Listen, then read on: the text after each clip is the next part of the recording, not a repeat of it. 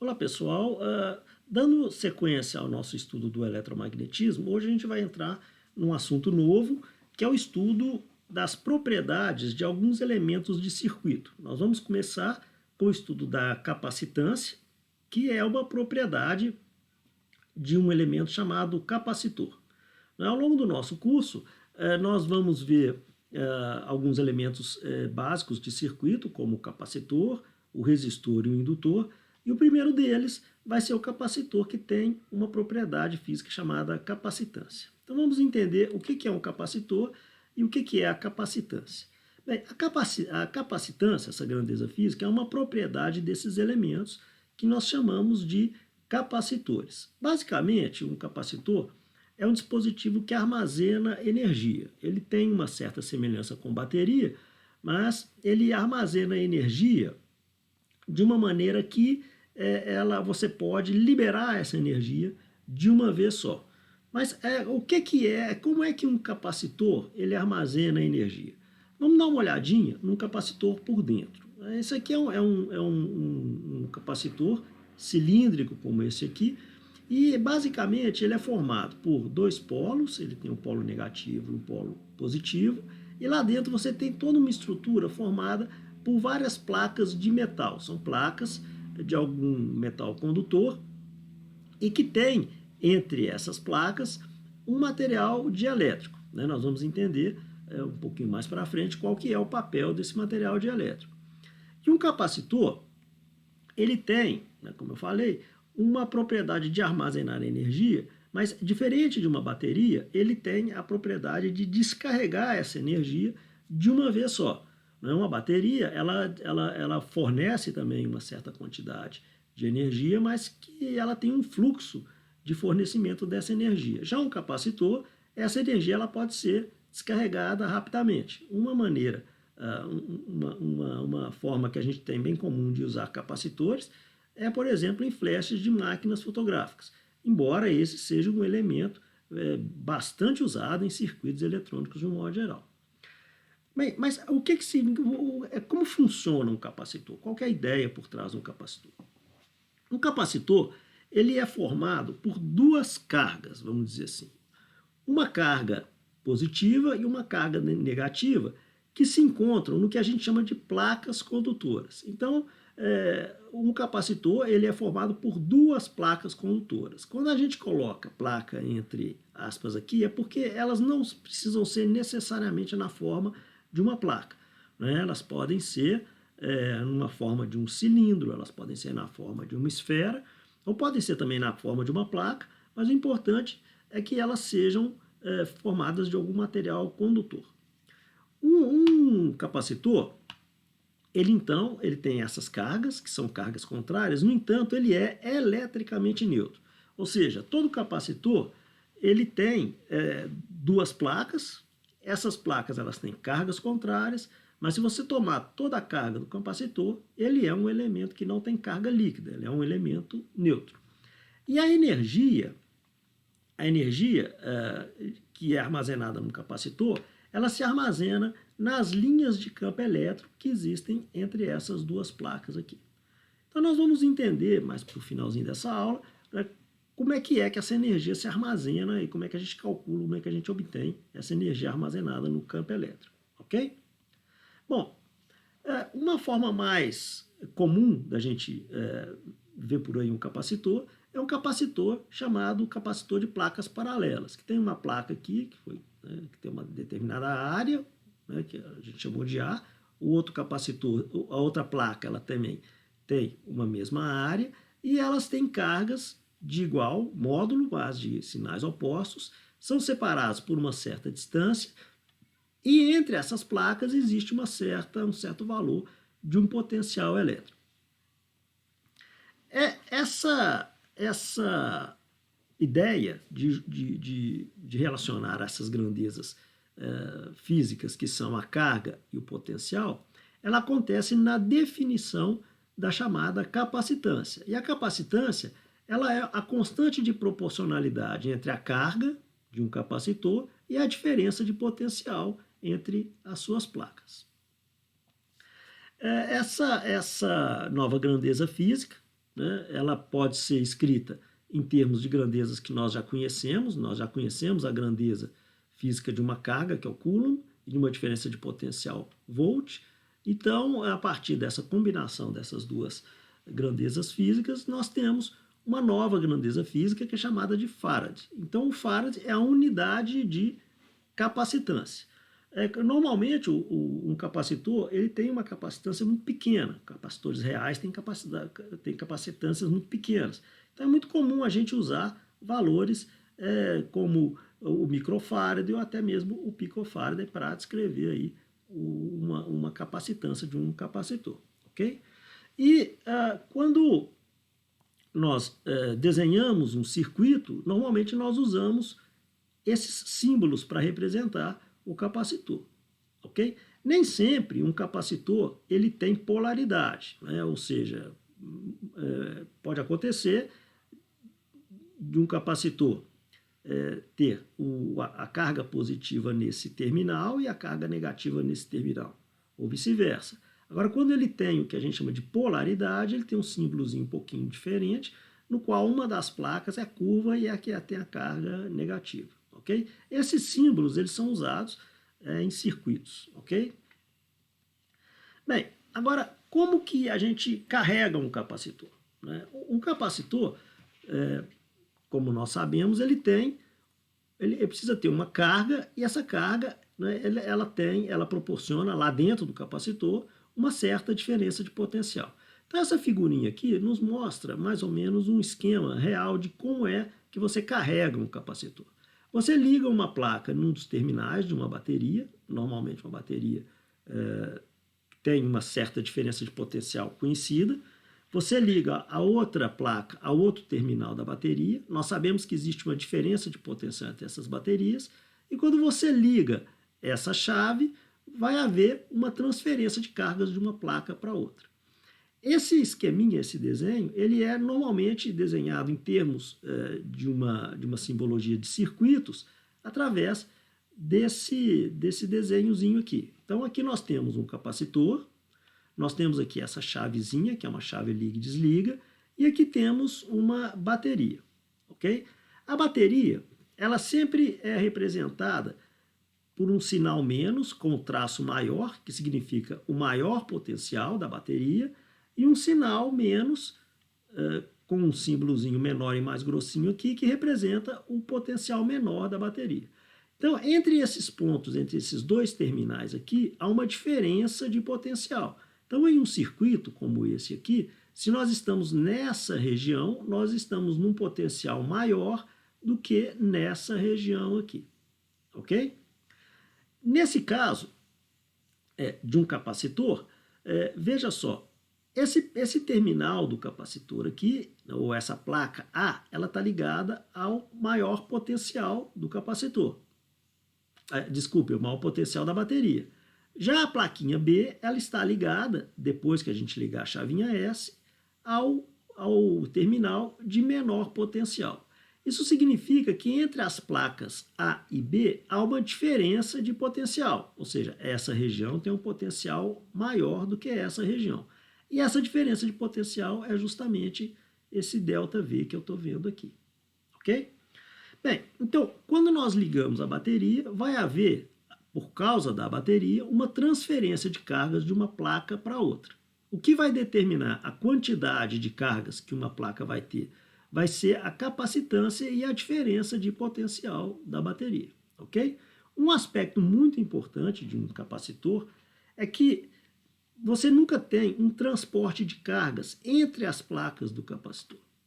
Ok? Um capacitor, sob vários aspectos de circuito, pode ser considerado como um circuito aberto, porque não passa cargas entre as placas de um capacitor. A carga que saiu de uma placa e foi para outra foi através da bateria. Eu escolhi aqui uma pequena animação que mostra como que isso acontece. Vamos dar uma olhada. Então, observem que a bateria ela tira os elétrons da placa superior e coloca esses elétrons na placa inferior. Ao tirar elétrons da placa superior, ela passa a ser positiva, E ao colocar esses elétrons na placa inferior, ela passa a ser negativa, ok? E aí forma-se uma diferença de potencial entre essas placas do capacitor, que depende, dentre outros fatores, que depende da diferença de potencial da bateria. Né? Mais para frente a gente vai fazer esses cálculos. Nessa animaçãozinha, nós temos do lado de cá um gráfico que nos dá a carga no capacitor em função do tempo. Esse gráfico ele não é linear, na verdade ele é um gráfico exponencial. Nós vamos, mais para o finalzinho do curso, nós vamos aprender como calcular a forma dessa dependência da carga no capacitor em termos do tempo. Okay? De novo, ressaltando, as cargas nunca passam entre as placas do capacitor. Elas passam por fora delas, de maneira a poder carregar o capacitor e obedecer, então, essa relação aqui através da constante de proporcionalidade, que é a capacitância. Ok? Agora, como é que eu calculo a carga de um capacitor? Bom, existem 3 passos. Primeiro, nós temos que usar a lei de Gauss para calcular o campo elétrico entre as placas de um capacitor. Ok? Isso depende, o uso da lei de Gauss, como a gente vai ver nos exemplos aqui, ele depende da forma do capacitor, ok? Num segundo momento, já que a gente tem o campo elétrico calculado, nós podemos calcular qual é a diferença de potencial entre as placas de um capacitor. Sempre lembrando que a gente vai sempre do menor potencial para o maior potencial, de maneira que esse potencial aqui, essa diferença de potencial, ela é sempre positiva. E por fim, nós usamos a definição de capacitância para calcular qual que é o seu valor, sabendo qual que é a carga que o capacitor tem, necessariamente nós temos que saber, porque nós temos que usar ela na lei de Gauss, e dividindo pela diferença de potencial que veio da expressão aqui. Bom, esse cálculo, pessoal, de um modo geral, ele é bastante simples, né, como a gente vai ver em alguns exemplos aqui. Então vamos começar com o cálculo de um capacitor de placas paralelas. Então eu tenho aqui uma placa condutora aqui em cima e outra placa condutora aqui embaixo, ambas de mesma carga de módulo, né? Eu tenho mais Q aqui, menos Q aqui na parte de baixo. Essas placas, elas têm uma área A e uma distância entre elas D, ok? E Q é a carga entre as placas. Esse é um capacitor de placas paralelas que nós dizemos que é um capacitor ideal. Porque em um capacitor real, as linhas de campo elas são mais parecidas com essas aqui. Ó, né? Elas se curvam nas bordas do capacitor e saem para fora do capacitor. Num capacitor ideal, como esse de cá, a ideia é que não exista campo do lado de fora, o campo elétrico existe somente dentro do capacitor e as linhas de campo são todas paralelas. Ok? Nesse capacitor, eu desenhei aqui na linha tracejada de vermelho uma superfície gaussiana e aqui na linha de verde eu desenhei um caminho de integração para o cálculo do potencial. Bem, então, no primeiro caso, no primeiro cálculo, no primeiro passo, nós vamos calcular o campo elétrico usando a lei de Gauss. Nós já fizemos isso anteriormente, quando nós fizemos o cálculo do campo elétrico de uma placa não fina infinita. Então nós chegamos nessa expressão aqui, que relaciona então a carga ao campo e a uma área dessa placa, ok? Então por aqui nós temos o campo elétrico nessa superfície gaussiana. Já que nós estamos trabalhando com o capacitor ideal, fora dele o campo elétrico é igual a zero e dentro dele, por ele não ser uma placa fina, também é igual a zero. Então o campo deve-se somente a essa superfície externa, essa superfície aqui do lado de cá da placa do capacitor. Bom, agora que nós temos o campo elétrico, é só calcular o potencial, partindo de um ponto de menor potencial até o ponto de maior potencial através dessa trajetóriazinha verde que está aqui. Ok? Então, fazendo o cálculo, nós temos que o vetor é escalar ds, aliás, o produto interno é escalar ds, ele é negativo, porque o campo elétrico está apontando para baixo, mas o DS está apontando para cima. Então, como aqui a gente tem um sinal negativo, esse sinalzinho some, e aí o campo elétrico, como nós sabemos, ele é constante, ele pode sair da integração, e aí fica somente o E vezes D, que é a distância entre as placas. Agora que nós temos o campo, agora que nós temos o potencial e sabemos a carga, é só aplicar diretamente a definição de capacitância, e eu tenho aqui então a relação, a capacitância de um capacitor de placas paralelas. Observem que a capacitância ela depende somente de fatores geométricos. No caso desse capacitor, depende da área das placas e da distância entre elas. De um modo geral, a capacitância ela só depende da forma, ou de fatores geométricos, ela só depende da forma do capacitor. Ok? Bem, vamos ver um outro exemplo, um capacitor cilíndrico. Então, um capacitor cilíndrico é uma coisa desse tipo aqui, no qual eu tenho um cilindro externo, uma casca cilíndrica externa, e um cilindrozinho interno. Eles são coaxiais, e o cilindro interno ele tem um raio A, o cilindro externo um raio B, e a gente vai supor que esse capacitor tem um comprimento L. Então, dentro desse capacitor, a gente vai formar um campo elétrico dessa maneira aqui. Né? Então, as linhas de campo saindo do condutor interno e indo para o condutor externo fazem com que o condutor interno seja carregado positivamente e o condutor externo seja carregado negativamente. Então, nesse capacitor cilíndrico, nós temos que A e B são raios internos e externos, ele tem uma carga Q, e L é o comprimento desse capacitor. Se fizermos um corte transversal nesse capacitor, nós teríamos uma coisa desse tipo aqui. Aqui nós temos o cilindro interno, aqui nós temos a casca cilíndrica externa, eles são coaxiais, e nós temos aqui de vermelho a superfície gaussiana e aqui de verde a nossa trajetória para o cálculo do potencial. Nós fizemos um cálculo muito parecido com esse quando fizemos o cálculo do campo elétrico de um cilindro usando lei de Gauss. Então, o cálculo é muito semelhante. Aliás, foi o cálculo de uma linha infinita de cargas. Então, nós chegamos numa relação muito parecida com essa, onde eu tenho o L aqui. Então, explicitando o campo elétrico, esse é o campo elétrico no interior desse capacitor. Ok? Bem, no segundo passo, para calcular o potencial, nós vamos partir do cilindro interno e vamos para a casca cilíndrica externa, nessa trajetóriazinha verde. Então, é somente jogar essa expressão, que ela tem uma dependência em R, que é a distância, que é o raio da minha superfície gaussiana, e aí, desenvolvendo então essa integração, nós chegamos nessa expressão que está aqui para a diferença de potencial entre as placas do capacitor cilíndrico. Agora é só usar a definição de capacitância para saber qual que é a capacitância de um capacitor cilíndrico. Né? Notem que, novamente, o capacitor, ou melhor dizendo, a capacitância só depende de fatores geométricos, que são o comprimento do capacitor e o logaritmo da razão dos dois raios desse capacitor. Ok? Bem, um outro exemplo é um capacitor esférico.